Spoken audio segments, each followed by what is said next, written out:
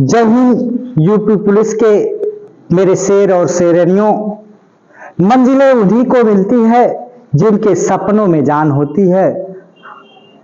पंख से कुछ नहीं होता है, हौसलों से उड़ान होती है, हौसलों से उड़ान होती है। तो आइए, जीवन ज्योति क्लासेस में मैं पुनः आपका अपना अमित सर आपका स्वागत करता हूं। और यहाँ पर आपको मैं आज जीवन ज्योति क्लासेस में जो प्रीवियस ईयर 2017 का मैं करा चुका हूं पेपर, उस पे आप लोगों ने ढेर सारा प्यार और स्नेह दिया है।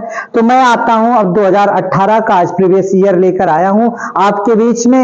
यह प्रीवियस ईयर जो आपको किसी भी सफलता की सबसे बड़ी कुंजी अगर कही जाए तो उसका प्रीवियस ईयर क्वेश्चन पेपर ही होता है। तो प्रीवियस ईयर क्वेश्चन पेपर होता है, तो हम लोग प्रीवियस ईयर क्वेश्चन आज करते हैं 2018 का पहला।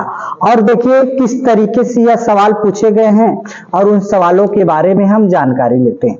देखिए, ए बी से आधा कुशल है, ए बी से आधा कुशल है, सी से 3 गुना कुशल है। तो तीनों एक काम को कितने दिनों में पूरा कर सकेंगे यदि बी अकेला उसे 6 दिनों में कर सकता है। एक चीज जानिएगा, जो कुशल ज्यादा होगा वो समय कम लेगा और जो कुशल कम होगा वो समय ज्यादा लेगा। जो काम चोरवा होंगे वो समय क्या करेंगे, ज्यादा लेंगे।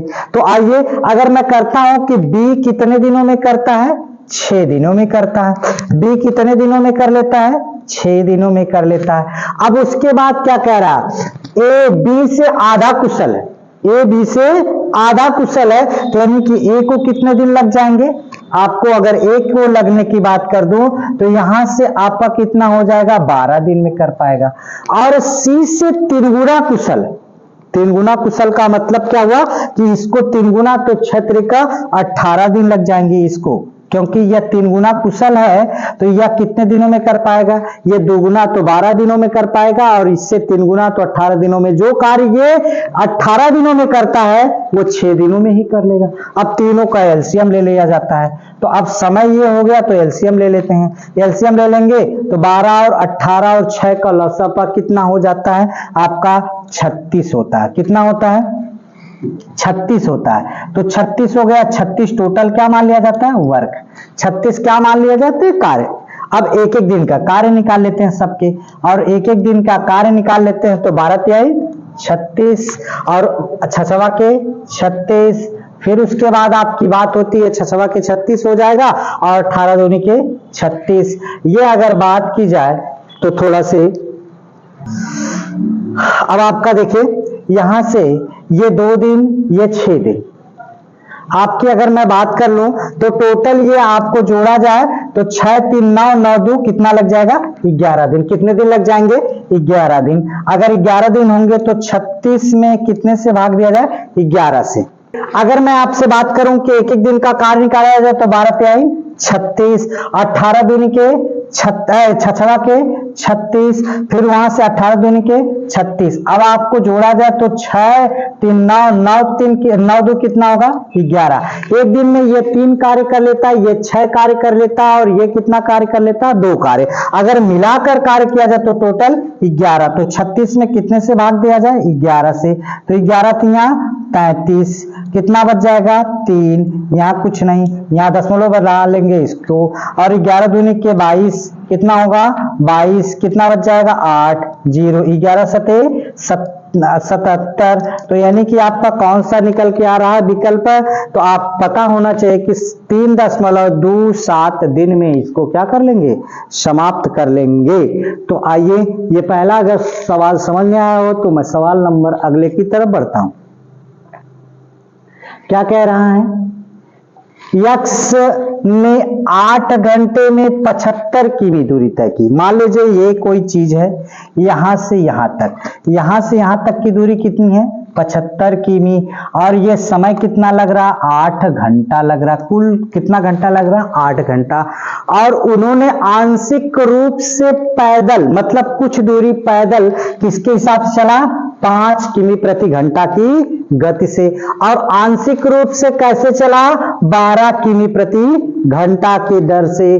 तो अब क्या हो गया, तो उसके द्वारा पैदल तय की गई दूरी याद कीजिए। तो पैदल दूरी मान लीजिए यहां तक दूरी है x, पैदल दूरी x, जो पैदल दूरी आपकी हो जाए, पैदल दूरी मान लीजिए कितना मान लिया जाए x, तो अब पैदल दूरी x, तो ये साइकिल से कितनी होगी 75 माइनस x। क्यों 75 माइनस x? क्योंकि ये पूरी दूरी कितनी है 75 है, तो ये 75 माइनस x, तो ये आपकी जो साइकिल से हो जाएगी, साइकिल से हो जाएगी वो 75 माइनस x।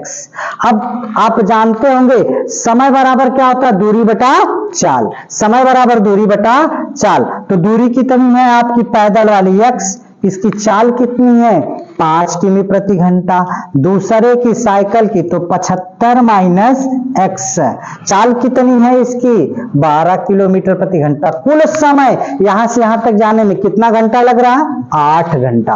अब इसका गुणा इधर, इसका गुणा इधर कर दिया जाए, तो इसका अगर गुणा कर दूंगा तो 12x और प्लस इसका करूंगा तो 5 25 के 5 5 सते 35, 35 दो 37, और इसके बाद यहां से 5x बटा में 12 पचे 60 बराबर 8। अब इसके बाद आपकी बात करूं तो ध्यान दीजिएगा, 12 में से 5 जाएगा तो कितना बच जाएगा 7x, और फिर उसके बाद प्लस 375 बराबर ई भाग तो इधर गुणा 8 छक्का 48 480, ये प्लस इधर जाके माइनस, तो यानी कि 7x बराबर 480 में से कितना घटा दिया जाए आपका 375, तो यहां से 10 में से 5 जाएगा कितना बच जाएगा 5, यहां से कितना बच गया 8 में से 8 जाएगा 0, आपका यहां से देखिए ये आपका क्योंकि 7 हो जाएगा, 7 में से 7 जाएगा 0, और यहाँ पे 4 में से 3 जाएगा तो 1। अब यहां से ये आपका हो जाएगा ये गुणा इधर भाग 7 का नाम 7, कितना बच जाएगा 3, 7 पचे 35, तो कितना किलोमीटर की दूरी पैदल चला है इन्होंने, तो 15 किलोमीटर की दूरी पैदल चला। तो कितना किलोमीटर की साइकिल से चला इन्होंने 60 किलोमीटर। तो अब आपका विकल्प में था पैदल चली गई दूरी, तो पैदल चली गई दूरी कितने किलोमीटर हो जाएगी 15 किलोमीटर। आपको अगले सवाल की तरफ लेके चलता हूं, क्या कह रहा, देखिए 10 सेंटीमीटर त्रिज्या वाला एक गोला पिघलाया जाता है, मतलब कि जो एक गोला होता है उसको हम लोग क्या कर रहे हैं पिघला दिया जा रहा, और पिघलाने के बाद 10 सेंटीमीटर ऊंचाई वाला एक क्या बनाया जाता है शंकु बनाया जाता है। तो शंकु का क्या निकालना है व्यास ज्ञात करना है, तो ये आपका गोला हो गया। गोला 3 डायमेंशन फिगर होता है जिसमें लंबाई चौड़ाई ऊंचाई तीनों होती है, इसकी त्रिज्या कितनी है 10 सेंटीमीटर, और इसी को पिघलाकर क्या बनाया जाता है आपका शंकु बनाया जाता है। तो शंकु की ये क्या हो जाएगी आपकी ऊंचाई, ऊंचाई आपका 10 सेंटीमीटर, तो इसकी त्रिज्या आपको अगर ये पता नहीं होगी तो ये पता कर लीजिएगा, और ये गोले की त्रिज्या निकाल ली जाएगी। तो अब जब गोले की त्रिज्या निकाल ली जाएगी तो ये त्रिज्या जितनी होगी उसका दुगुना क्या हो जाएगा व्यास, तो यानी कि गोले का आयतन, गोले का आयतन, आयतन आयतन बराबर किसका होगा शंकु का आयतन, शंकु का आयतन, आयतन गोले का आयतन बराबर शंकु का आयतन, क्योंकि गोले को ही तो पिघलाकर शंकु बनाया जा रहा है। तो गोले का आयतन कितना होता है 4/3 पाई आर क्यू, तो ये कैपिटल आर क्यू, तो यहाँ आर है, और इस शंकु का आयतन कितना होता है 1/3 पाई आर स्क्वायर एच, तो ये पाई से पाई कट गया, 3 से 3 कट गया, ये 4 गुणे त्रिज्या आर, आर का मतलब कितना 10 का स्क्वायर बराबर आर स्क्वायर, इसका ऊंचाई आपका आर स्क्वायर पता नहीं गुणे ऊंचाई में एच, एच का मान कितना 10। अब क्या होगा यहां से अगर मैं बात करूं 10 दहा में 100, 100 चौका 400, कितना हो जाएगा 100 चौका 400, अगर 400 हो जाएगा। अब आपकी बात करूं तो क्यू है, सॉरी 10 दहा में 1000, 1000 होगा क्यू है, तो 1000 होगा, 1000 होगा और 4 तो 4000, ये गुणा इधर क्या होगा भाग आर स्क्वायर गुणे 10, तो 1 0 0 से कट गया। अब 400 ये वर्ग है तो इस पे क्या लगा दिया जाए, वर्गमूल। आर बराबर करड़ी में 400, 400 का वर्गमूल कितना होता है 20, कितना होता है 20 सेंटीमीटर। तो कितने सेंटीमीटर, ये आपका व्यास त्रिज्या आई 20 सेंटीमीटर, यहां से यहां तक 20 सेंटीमीटर, तो इसका दुगुना ये 20 सेंटीमीटर, ये भी 20 सेंटीमीटर, तो ये पूरा कितना हो जाएगा व्यास 40 सेंटीमीटर। या व्यास बराबर आप फार्मूला क्या जानते हैं, व्यास बराबर 2r, जितनी त्रिज्या होती है उसका दुगुना क्या होता है, व्यास होता है। तो 2 गुणे व्यास 10, 10 दूना या 20, 20 दूना के 40 सेंटीमीटर। तो कितना उत्तर मार के आएंगे 40 सेंटीमीटर। ज्यादा प्रीवियस ईयर आप हल करते हैं तो आपको निश्चित सफलता मिलने वाली है। और उसके साथ साथ वो एमआर शीट देखिए कि मैं कितना आप कर सकते हैं। तो बाकी आपको थोड़ा सी ये जो टेक्निकल सवाल होंगे जो आपके, उनको भी ध्यान में रखिएगा। और बाकी वह अर्थमेटिक के सवाल जो होंगे उनको तो आपको देखना ही है, मेंसुरेशन से तो आएंगे ही आएंगे। 42 नंबर सवाल देखते हैं। एक सेट 3 से शुरू होने वाली 5 लगातार पूर्णांक है। यदि सेट में सबसे बड़ी पूर्णांक हटा दिया जाए तो सेट का औसत प्रतिशत कितना घट जाएगा, यानी कि कितने प्रतिशत की कमी होगी। क्रमागत की बात कर रहा है, क्रमागत 3 से शुरू हो जाए तो 3 के बाद 3, फिर उसके बाद 4, फिर उसके बाद 5, ये 6, ये 7, इनका औसत मैंने कहा था, औसत का मतलब होता है बीच वाली, आधा इधर छोड़ दीजिए आधा इधर छोड़ दीजिए, लगातार हो तो इनका औसत कितना होगा, इनका औसत कितना हो गया 5 हो गया, औसत 5 हो गया। अब इसमें से बड़ी वाली संख्या को छोड़ दिया जाए, अंतिम वाली बड़ी संख्या छोड़ दी जाए, तो ये 3 हो गया, 4 हो गया और 5 हो गया 6। तो औसत जब सम संख्याओं की आने की बात हो तो अब आपका बीच वाली 2 संख्याएं होती हैं जो लिया जाता है, उन्हीं को जोड़कर आधा किया जाता है। तो इन दोनों को 4 और 5 को जोड़ेंगे 9 हो जाएगा, 4 5 9 में 2 से भाग देते हैं तो कितना हो जाता है आपका 2 चौको 8, यानी कि 2 चौको 8, 1 बचेगा, 10 लगाऊंगा 0 बढ़ा लूंगा, 2 बचे 10। इनका औसत कितना हो जाएगा, नया औसत कितना हो जाएगा आपका, जो नया औसत हो जाएगा वो 4.5। तो कमी कितने की हो गई, पहले 5 था अब 4.5, तो कमी कितने की हो गई 10.5 की। और मूल कितना था 5, गुणे में प्रतिशत में बदलने के लिए 100, तो यानी कि आपका कमी प्रतिशत आपका हो जाएगा। तो यहां से आप कितना हो जाएगा, गुणा करेंगे तो कितना हो जाएगा 500/10। अब आपका हो जाएगा 15/50, यानी कि आपका कितना हो जाएगा, ये 5 है तो कितना होगा 15/50। कितने % की कमी आएगी, 10% की कमी आ जाएगी। कितने प्रतिशत की कमी आएगी, 10% की कमी होगी। तो चलिए सवाल नंबर, अगले सवाल की तरफ चलते हैं।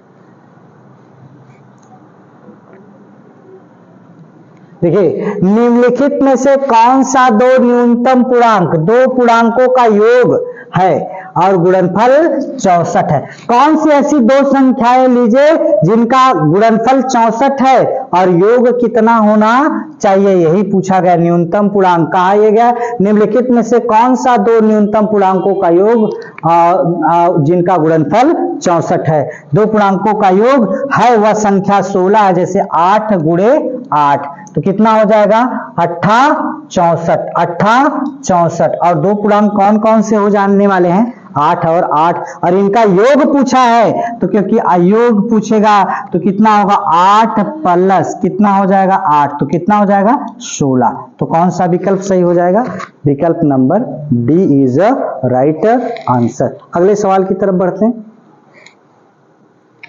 वह छोटी सी छोटी संख्या ज्ञात कीजिए जिनके द्वारा 1200 के पूर्ण वर्ग बनाने के लिए गुणा किया जाता है। 1200 को पूर्ण वर्ग बनाने के लिए गुणा किया जाता है। तो गुणनखंड विधि से आपने जाना होगा कौन सा, मसप और लसप। जब गुणनखंड विधि की बात आती है तो आपको मैंने बताया था कि 2-2 का जोड़ा बनाइएगा, जिसका जोड़ा नहीं बनता है उसी से गुणा करना पड़ता उतने का। और अगर जी भाग की बात करें तो जिनका जोड़ा नहीं बनता उन्हीं का भाग भी कर दिया जाता, काम खत्म हो जाता है। तो 1200 का हम लोग क्या ले लेते हैं, गुणनखंड बनाते हैं। अभाज्य 2 से काटिए, 2 छक्का 12, फिर 2 से काटिए तो यहाँ से कितना हो जाएगा आपका 300, फिर 2 से काटिए तो कितना हो जाएगा आपका 150, फिर 2 से काटिए कितना हो जाएगा आपका यहाँ से 75, फिर कितने से काट दिया जाए तो आपका 3 से तो कितना हो जाएगा 25, फिर कितने से काटा जाए 5 से, फिर कितना 5, फिर 5 से 5। अब बताइए, अब आपकी बात अगर यहां से कर लूं तो किसका जोड़ा नहीं बना है, जरा सोचें किसका जोड़ा नहीं बना है। एक और 3 होता तो ये गुणनफल पूर्ण वर्ग हो जाता कि नहीं, तो हो जाता। 3 का गुणा होगा 12 3 3600 हो जाता, और 3600 का वर्गमूल कितना हो जाता 60 हो जाता। कितना हो जाता 60। तो कितने का गुणा करना पड़ेगा 3 का गुणा करना पड़ेगा। अगले सवाल की तरफ बढ़ते हैं सब। चलिए सवाल नंबर अगले की तरफ बढ़ते हैं। देखिए ऐसे सवाल को मैंने आपको बताया था कि नजदीकी देखा करिए। जैसे ये करड़ी में कितना है 3 प्लस करड़ी में कितना है 27 प्लस करड़ी में कितना है 73 प्लस करड़ी में कितना है 64।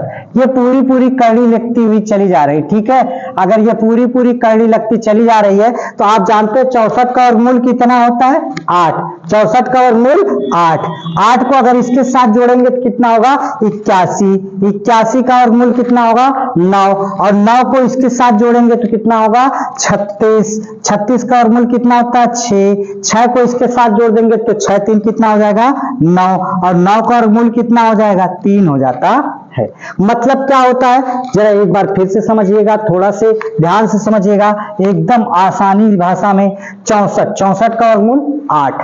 8 होगा तो ये करड़ी में फिर 73 प्लस 8 हो जाएगा, और 8 और 73 जोड़ेंगे तो कितना होगा 81, और जब 81 होगा तो इसका 81 का वर्गमूल कितना होगा 9, तो ये 27 हो जाएगा प्लस 9 हो जाएगा। 27 9 कितना होगा 36, तो 36 का वर्गमूल कितना होगा 6, आपका 3 प्लस 6 और 6 3 कितना हो जाएगा 9। 9 का वर्गमूल कितना हो जाएगा 3। ये नजदीकी देखा जाता है कि अगली संख्या कौन सी है। जैसे आप कहेंगे सर जी 4, तो 4 का वर्गमूल 2 होता है, लेकिन यहाँ जब बड़ी संख्या है तो उससे थोड़ा से बड़ा देख लेते हैं। नहीं तो यहाँ देखा जाता है कि अगली संख्या कौन सी है जिसका वर्गमूल निकल सकता है, बस उसी को मार के चले आते हैं। यानी थोड़ा सी मेहनत करते हैं, स्पीड बढ़ाते हैं, वर्गमूल निकालते हैं और आगे बढ़ जाते हैं। आगे बढ़ते हैं सवाल नंबर 46 की तरफ। ये देखिए इसमें कुछ थोड़ी सी मिसप्रिंट लग रहा है। सवाल नंबर 47 की तरफ चल रहे हैं।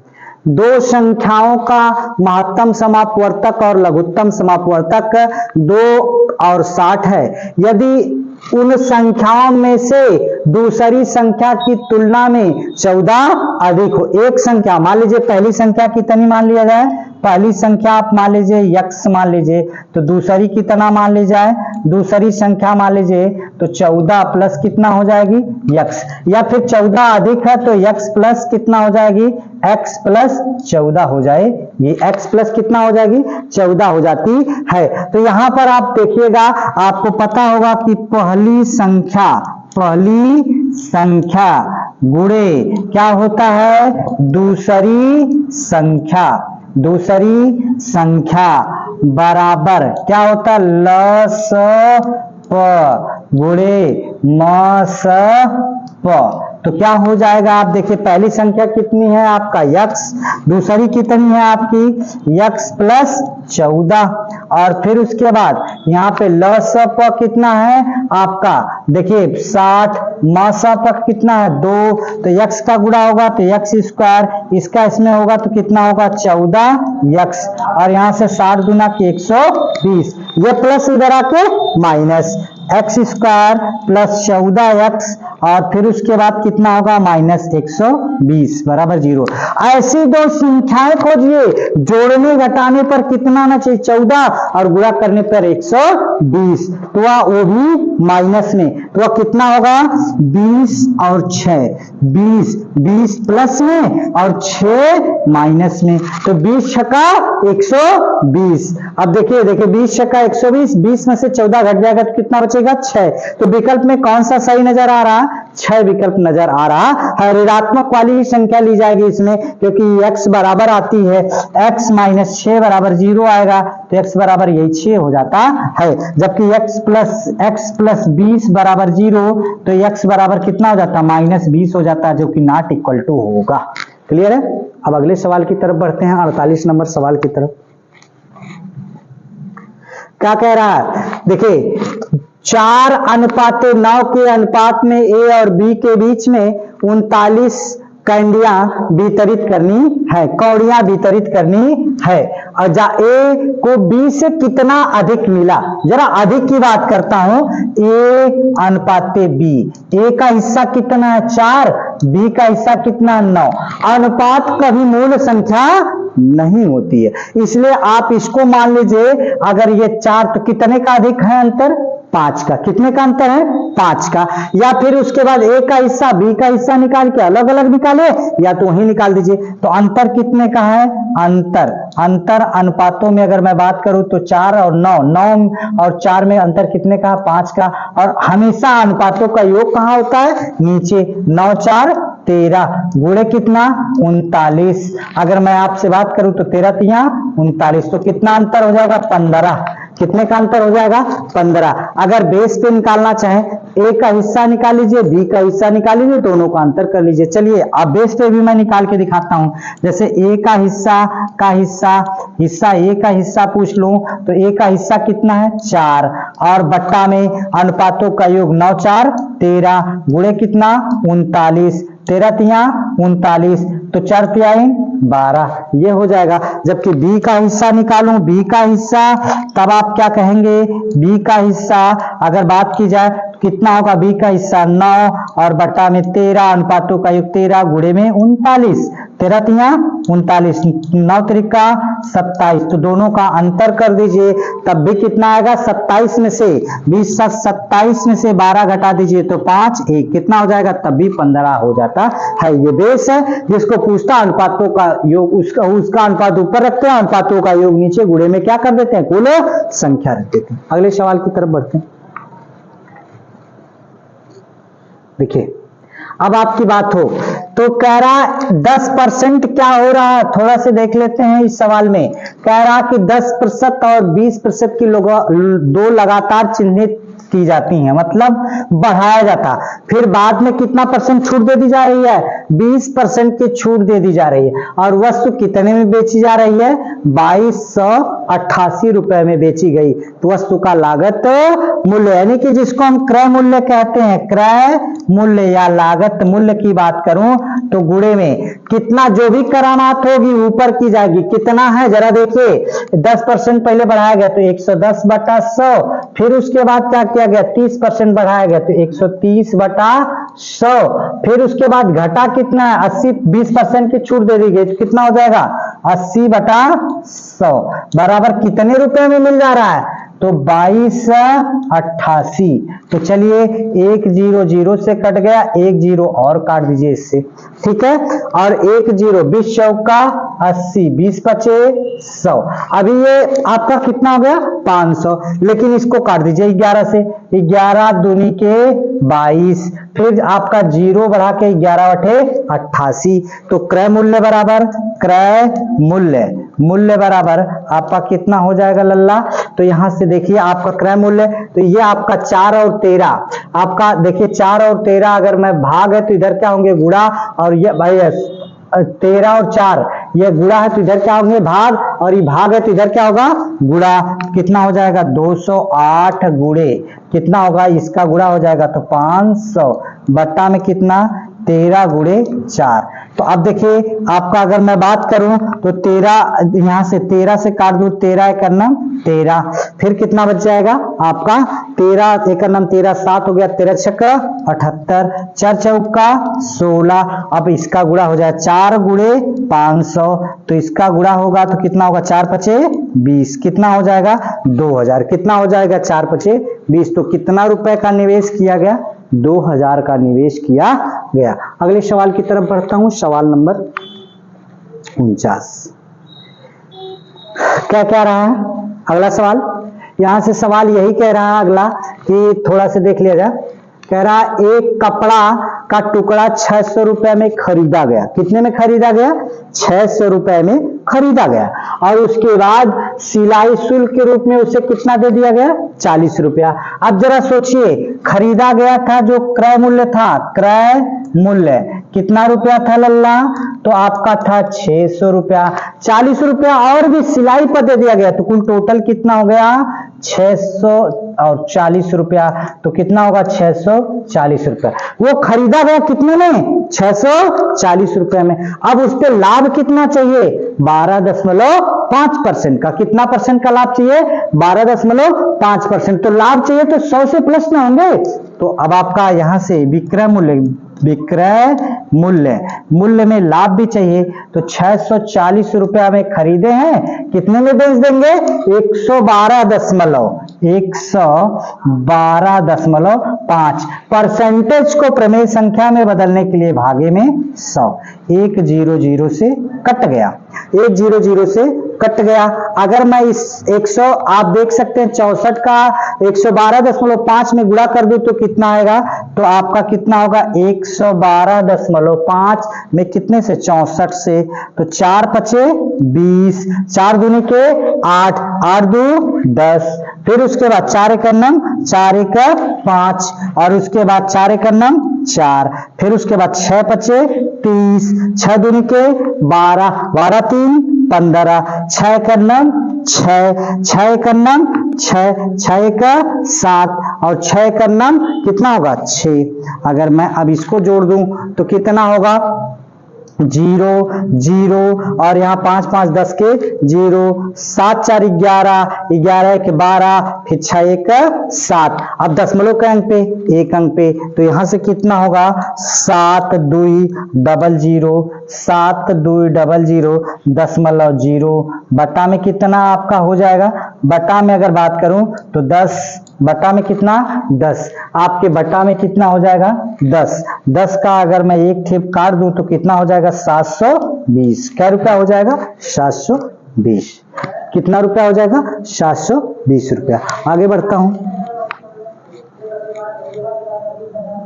देखिए कह रहा एक वस्तु 2500 रुपए में खरीदी गई, दुकानदार इस अंकित मूल्य पर कितना 12% की छूट देने की अनुमति देता है और फिर भी 10% लाभ प्राप्त करना चाहता है, तो उस वस्तु की अंकित कीमत क्या होगी। देखिए मैं यहाँ पे आपको एकदम 60 से 60 प्रयास करता हूँ बताने का, और थोड़ा सा बेस बताने का भी प्रयास करता हूँ कि जिससे आप लगा पाए। लेकिन हाँ, अभी जब ये खत्म हो जाएगा उसके बावजूद भी अगर आप सफलता नहीं प्राप्त करते हैं तो एक बार जरूर जीवन ज्योति क्लासेस से जुड़ने का प्रयास कीजिएगा। एक एक टॉपिक पे एक एक चीजों को मैं पूरा डिटेल से आपसे बात करने वाला हूं, तो आप देखिएगा जो चाहता है, क्या चाह रहा, अंकित मूल्य कह रहा है, तो अंकित मूल्य क्या, तो जो आपको बता दूं अंकित मूल्य, आपकी बात हो अंकित मूल्य की, तो कितना था रुपया 2500 रुपया, और चाहता क्या है 10% लाभ, 10% लाभ चाहता है तो कितना हो जाएगा 110। क्या हो जाएगा 110। जो चाहता है उसको ऊपर और जो नहीं चाहता उसको नीचे 12% की छूट देता तो कितना हो जाएगा 88। 100 में से 12 घटेगा तो कितना होगा 88, और 100 में लाभ चाहिए 10% तो 110। तो अब आपका कितना होगा 11 10 में 110, 11 बटे 88, और यहां से काटूं तो 2 से काट दो, 2 चौक 2 पचे 10, 2 चौक को 8, फिर 4 से अगर मैं काट दूं तो 4 से कितना हो जाएगा, 4 छका 24, 1 बच जाएगा, 4 दूनी के 8, और 4 पचे 20, गुणे में कितना 5, 5 25 के 5, 5 दूना के 10, 2 12, 5 छका 30, 30 का 31, तो कितना हो जाएगा 31 25, कितना रुपया हो जाएगा 31 25 रुपया आंसर हो जाएगा। कितना होगा 31 25। अगर ये भी सवाल समझ में आ गया हो तो आगे बढ़ता हूं। देखिए 4% प्रतिवर्ष साधारण ब्याज की प्रणाली के तहत कितने वर्ष में 1500 रुपया दोगुना हो जाएगा। कितना रुपया 1500 रुपया। मूलधन कितना हो गया, जो मूलधन है कितना हो गया 1500। मिश्र धन आपका कुल कितना होगा, मिश्र धन तो कितना हो जाएगा आपका 3000 हो जाएगा। कितना हो जाएगा 3000, क्योंकि 1500 का दुगुना कितना होगा 3000। अगर मैं दोनों का अंतर कर दूं तो कै रुपया का अंतर आया, यही जो मूलधन 1500 रुपया था अब 3000 मिश्र धन हो गया, तो ब्याज कितना बढ़ गया, ब्याज कितना बढ़ा होगा, जो ब्याज बढ़ा होगा 1500 रुपया बढ़ा होगा। कितना बढ़ गया होगा 1500, तो ब्याज 1500 हो गया। मूलधन आपका कितना है 1500 गुणे दर पता नहीं, समय कितनी है आपका दर 4%, सॉरी दर कितना परसेंट 4%, समय कितना पता नहीं, और फिर उसके बाद क्या होगा बटा में 100। अब ये 1500 से कट गया, 4 से काट देंगे 25 चौका 100, यानी कि आपका समय बराबर कितना होगा 25 वर्ष। कितना वर्ष हो जाएगा 25 वर्ष। समय बराबर कितना वर्ष हो जाएगा 25 वर्ष हो जाएगा, यानी कि समय बराबर कितना वर्ष हो जाएगा 25 वर्ष हो जाएगा। अगर इतना भी समझ में आ गया हो तो आगे बढ़ता हूं। देखिए आपसे अगर आपकी बात की जाए तो थोड़ा ध्यान दीजिएगा। ये क्या कह रहा है 1000 रुपया, कितना रुपया 1000 रुपया 2 वर्ष में कितना 1144.9 हो जाता है, तो मूल धन पर सालाना किस दर से चक्रवृद्धि ब्याज लगाना होगा, किस दर से चक्रवृद्धि ब्याज लगाना होगा। देखिए एक चीज बता दूं, मूलधन आप जानते हैं मिश्र धन A बराबर P1 प्लस R बटा 100 की पावर कितना होता है n, यही आप फार्मूला जानते हैं n। तो A बराबर कितना है 1144 दशमलव कितना 9, P बराबर आप कितना है 1000 1 प्लस R बटा 100 की पावर कितना है 2। तो ये 2 है ना स्क्वायर है ना, तो इसको भी हमें स्क्वायर ही बनाना पड़ेगा। गुणा इधर कितना होगा भाग, तो यानी कि 1144.9 बटा में कितना 1000, दशमलव हटाने के लिए ऊपर नीचे कितने से गुणा 10 से गुणा, तो 1 प्लस R बटा 100 की पावर कितना कर दिया जाएगा 2। तो अब इसको गुणा कर दूंगा तो ये 11,449 बटा कितना हो जाएगा 10,000 हो जाएगा। 1 प्लस R बटा 100 की पावर कितना हो जाएगा आपका 2 हो जाएगा। ये कितने का स्क्वायर है, अगर मैं बात करूं तो ये 107 का स्क्वायर है, और ये कितने का स्क्वायर है 100 का स्क्वायर। तो यहां से आप सीधी सी बात कर सकते हैं, अगर मैं इसकी बात करूं तो ये 107 का स्क्वायर बटा 100 का 107 बटा 100 का स्क्वायर बराबर 1 प्लस R बटा 100 का स्क्वायर।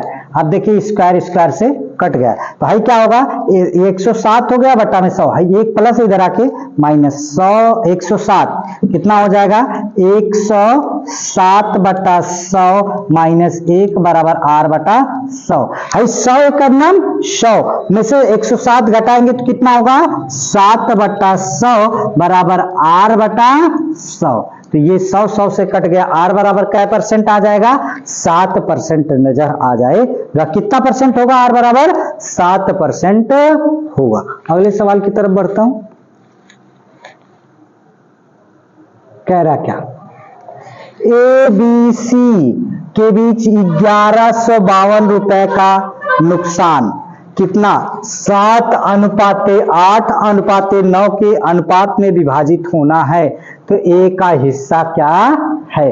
तो A का हिस्सा क्या होगा जरा देखिए, A का हिस्सा मैंने आपको बताया था, A का हिस्सा याद करिए, पिछला वाला एक सवाल था आपको पता होना चाहिए। A का हिस्सा, तो A का अनुपात कितना है 7, A का अनुपात 7, अनुपातों का योग 7 8 8 7 15 15 9 कितना होगा 15, और 8 7 15 15 9 कितना हो जाएगा 24, और गुणे में कितना है आपका 1152, कितनी बार में कट जाएगा 24 चौका 96। जरा देख लेते हैं हम लोग कितना है 1152 में 24 से भाग दे दीजिए, तो 24 चौका 96 कितना बच जाएगा आपका यहाँ से 9, यहाँ पे कितना बच जाएगा 1 और यहाँ पे 2। अब कितनी बार 8 बार, 8 चौको 32, 8 दूनी के 16, 16 3 19, कितनी बार चला जाएगा आपका 48 बार, कितनी बार चला जाएगा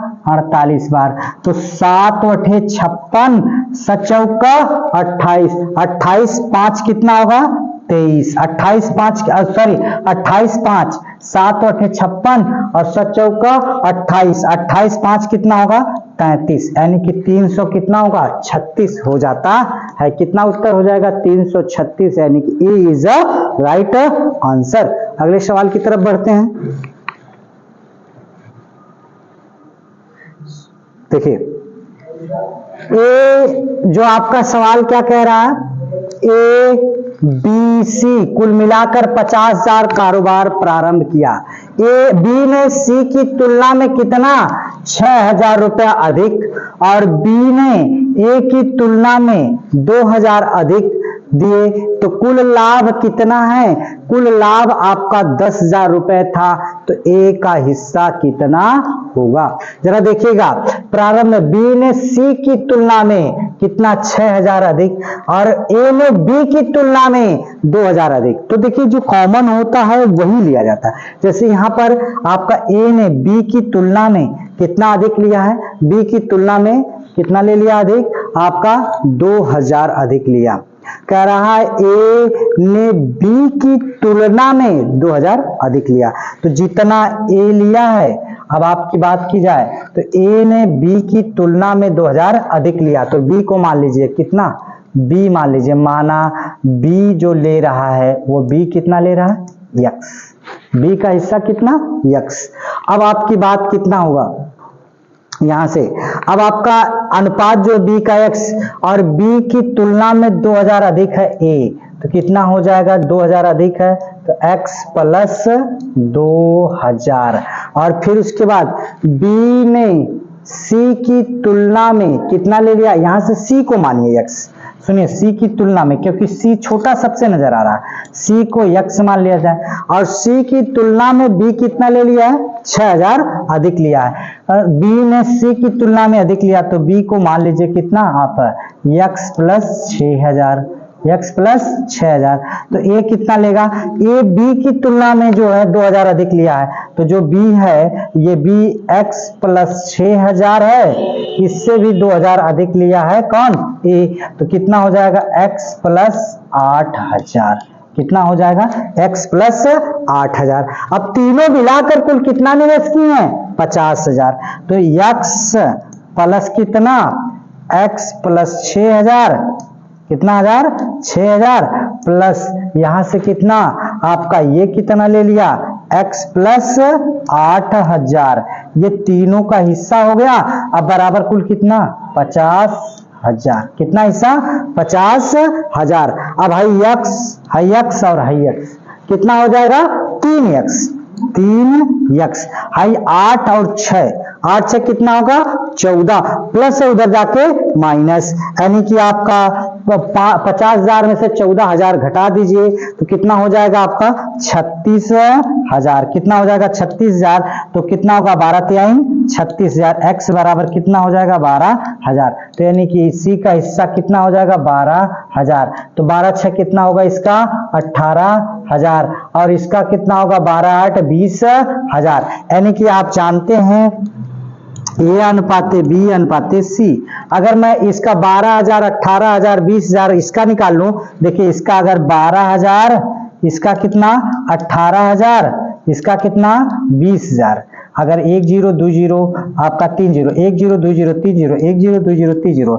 2 से काट दीजिए, 2 छक्का 12 2 9 18 और 2 दहा में 20, यानी कि आपका कितना 6 अनुपाते 9 अनुपाते कितना 10। तो ये देखिए आपका ये सी का हिस्सा है, ये बी का हिस्सा है और ये ए का, तो ए का हिस्सा पूछ रहा, ए का हिस्सा जब आपको निकालना है तो ए का हिस्सा कितना अनुपात है 10, अनुपातों का योग कितना आपका 9 और 6 15 10 25, और कुल कितना निवेश कर रहे हैं सभी लोग मिला के आपको बता दें 10,000 निवेश कर रहे हैं। 10,000 का है तो 25 चौक का कितना होगा 100, यानी कि 400 का गुणा इसमें ए 10 में होगा तो कितना हो जाएगा 4,000, कितना रुपया हो जाएगा 4,000 रुपया हो जाएगा। अगर ये भी समझ में आ गया हो, मतलब जो सी है, सी का हिस्सा x, b उससे 6000 अधिक है तो x प्लस 8000, a उससे भी अधिक है 2000, तो ये अब आपका x प्लस 6000, तो ये 2000 और अधिक है तो x प्लस 8000। अब तीनों मिलाकर कितना निवेश कर रहे हैं, 50000 निवेश कर रहे हैं, तो एक एक का हिस्सा निकाल लिया जाए, 3x x x 3x हो जाएगा, और फिर उसके बाद आई आपका 8000 और 6000 14000 हो जाएगा, प्लस है उधर जाके माइनस 15000, 50000 में से 14000 घटा देंगे तो 36000, 36 में 3 से काट देंगे 12 तो यानी 36000, तो यानी कि x बराबर 12000, 12000 सी का हिस्सा, b का 12 6 18000 और a का कितना 12 और 8 20000। सबका अनुपात निकाल लिया गया, अनुपात जब निकाला गया तो 6:9:10 आया। तो जिसका हिस्सा पूछ रहा है a का, तो उसके अनुपात को ऊपर रखेंगे, अनुपातों का योग नीचे रखेंगे, गुणे में कितना 10000, तो आपका 25 चौका 100, 10000 में काटेंगे 25 से तो 400, 400 का गुणा 10 में तो कितना आ गया 4000 आ जाता है। अगले सवाल की तरफ बढ़ते हैं।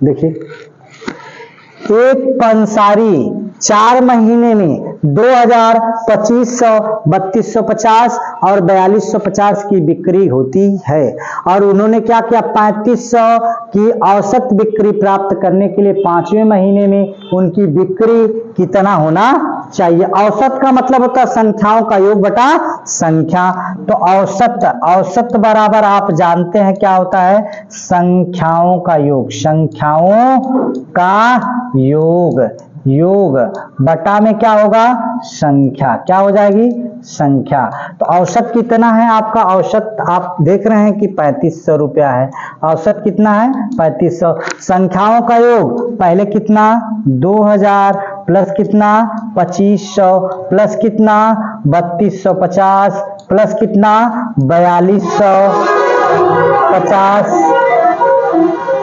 प्लस यक्स, 5वें के महीने का आपको पता नहीं, बटा में कितना 5, बटा में 5, क्योंकि औसत संख्या कितनी होगी 1 2 3 4 5, ये भागत इधर गुणा 0 0 0 0 और 25 के 5 पंक्तियां 15 2 17। अब इसके बाद यहां से जोड़िए इसको तो 0 0 0, यहां से 5 5 10 के 0 हासिल लगा 1 का, फिर 2 2 4 4 5 9 9 1 हासिलवा 10 हासिल लगा 1 का, फिर 4 4 3 7 7 2 9 9 2 11 11 1 12, कितना होगा 12000 हो जाए आपका, कितना हो जाएगा 12000, इकाई दहाई सैकड़ा हजार 10000 प्लस कितना हो जाएगा यक्स। अब इसके बाद 17500 में से 12000 घटा दीजिए, तो 12000 अगर मैं घटा दूं यही प्लस होगा तो माइनस हो जाएगा 0 0 5 और यहां से 5, तो कितना रुपया आ जाएगा x बराबर कितना हो जाएगा 5500 रुपया होना चाहिए। कितना हो जाएगा 5500 रुपया, कितना हो जाएगा 5500 रुपया। अगर इतनी बात समझ में आ गई हो तो फिर मैं सवाल नंबर अगले की तरफ बढ़ रहा हूं। देखिए, बी सी एक काम को 40 दिनों में पूरा कर सकते हैं, जबकि बी सी और ए बी सी उसी काम को वह काम 20 दिनों में पूरा कर सकते हैं। हाई दो लोग मिलते हैं बी प्लस सी, उसी कार्य को कितना दिनों में पूरा करते हैं 40 दिनों में। तीनों लोग मिल जाए ए बी सी मिल जा रहे हैं तो कितने दिन में पूरा हो जा रहा है 20 दिन में। यानी कि आप देखिए अगर दोनों का एलसीएम ले लूं तो ये दोनों का एलसीएम ले लूं तो कितना होगा 40 होगा ना, 40 होगा। अगर मैं ये 40 क्या हो गया वर्क, ये 40 क्या हो गया वर्क, एक एक दिन का कार्य निकाल लूं तो कितना होगा 40 से करनम 40 और 40 दुना के 20 दुना के 40। अब आपका 40 से करनम 40 20 दुना के 40। हाई दोनों लोग मिलकर एक कार्य कर पाते हैं, और हाई अगर 3 लोग मिल गए तो 2 कार्य। यानी कि अगर मैं आपसे बात करूं तो ये बी और सी मिलकर एक कार्य करते हैं और ए मिल जाता है तो 2 कार्य हो जाता है। यानी कि ए अकेला कितना कार्य करेगा एक कार्य, ये अकेला कितना करेगा कार्य एक। जैसे ए प्लस बी प्लस सी बराबर कुल 2 कार्य, जबकि बी और सी कितना कार्य कर ले रहे हैं एक कार्य। तो ए बराबर 1 बराबर 2, ये प्लस इधर आके माइनस, ए बराबर 2 माइनस 1, तो ए बराबर कितना कार्य कर लेगा 1। यानी कि 40 में 1 से भाग दूंगा तो 40 से करना 40, तो कितना दिन लग जाएंगे पूरा कार्य करने में 40 दिन में यह कार्य पूरा समाप्त होगा। चलिए अगले सवाल की तरफ चलते हैं। अब देखिए ये रीजनिंग के पार्ट है, ये रीजनिंग का पार्ट मैं अगले वीडियो में यानी कि कल के वीडियो में आपको बताने वाला हूं। तब तक के लिए आप लोग हंसते रहिए, मुस्कुराते रहिए, और अगर ये वीडियो अच्छी लगी होगी तो शेयर करिएगा। जय हिंद दोस्तों।